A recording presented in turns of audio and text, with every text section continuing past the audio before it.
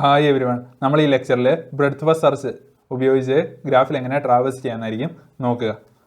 നമ്മൾ depth first സെർച്ചിൽ കണ്ട പോലെ ഇവിടെയും ഒരു വിസിറ്റഡ് അറേ യൂസ് ചെയ്യും. ഇവിടെ 1 ബേസ്ഡ് ഇൻഡെക്സിങ് ആയതുകൊണ്ട് 9 എലമെൻറ്റ്സ് ഈ വിസിറ്റഡ് അറേയിൽ ഉണ്ടായിരിക്കും.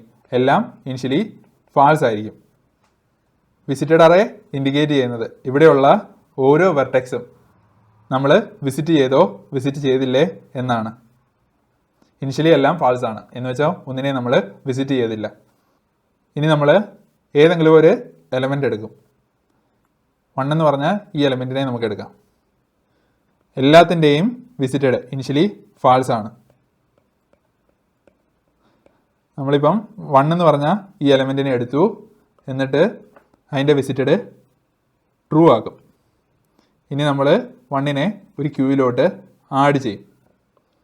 ഇനി നമ്മൾ ഈ 1നെ പോപ്പ് ചെയ്യും, എന്നിട്ട് 1നെ പ്രിൻ്റ് ചെയ്യും. ഇനി എന്താ ചെയ്യേണ്ടത്?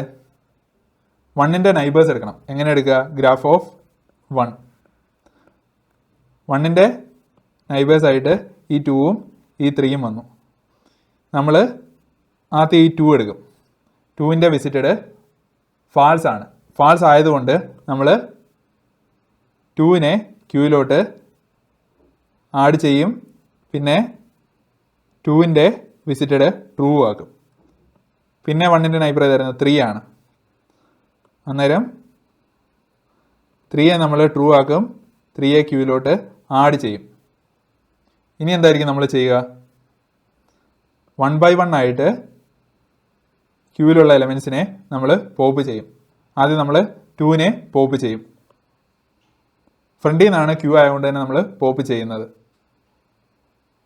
ആദ്യം നമ്മൾ 2നെ പോപ്പ് ചെയ്തു. പോപ്പ് ചെയ്ത് കഴിഞ്ഞാൽ ഫസ്റ്റ് ചെയ്യേണ്ടത് നമ്മൾ 2നെ പ്രിൻ്റ് ചെയ്യണം. ഇനി എന്താ നമ്മൾ ചെയ്യുക? 2ൻ്റെ നൈബേഴ്സ് എടുക്കും. ഇവിടെ നോക്കിക്കഴിഞ്ഞാൽ 2ൻ്റെ നൈബേഴ്സ് 4ഉം 5 ആണ്. 4ഉം 5ൻ്റെ വിസിറ്റഡ് ഫാൾസ് ആണ്. അന്നേരം എന്തായിരിക്കും ചെയ്യുക? 4ൻ്റെ വിസിറ്റഡ് ആദ്യം നമ്മൾ ട്രൂ ആക്കും. എന്നിട്ട് 4നെ ക്യൂവിലോട്ട് വെക്കും. അത് കഴിഞ്ഞ് 5ൻ്റെ വിസിറ്റഡ് നമ്മൾ ട്രൂ ആക്കും. 5നെ ക്യൂവിലോട്ട് വെക്കും. ഇനി എന്തായിരിക്കും നമ്മൾ ചെയ്യുക? 3യെ പോപ്പ് ചെയ്യും.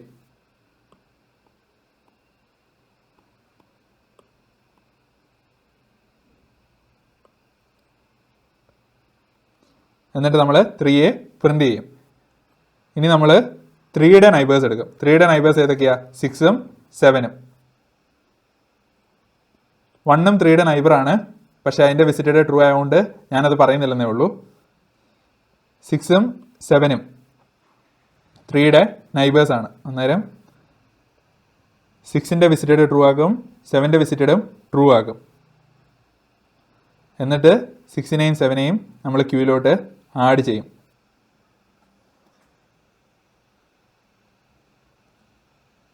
ഇനി നമ്മൾ എന്തായിരിക്കും ചെയ്യുക? ഇനി നമ്മൾ 4 എടുക്കും. 4നെ പ്രിൻ്റ് ചെയ്യും. 4ന് വിസിറ്റഡ് അല്ലാത്ത നൈബേഴ്സ് ഒന്നും ഇല്ല. അതുകൊണ്ട് നമ്മൾ 5നെ എടുത്തു. 5നും വിസിറ്റഡ് അല്ലാത്ത നൈബേഴ്സ് ഒന്നും ഇല്ല. ഇനി നമ്മൾ 6നെ എടുത്തു. 6ന് വിസിറ്റഡ് അല്ലാത്ത ഒരു നൈബറുണ്ട്, 8.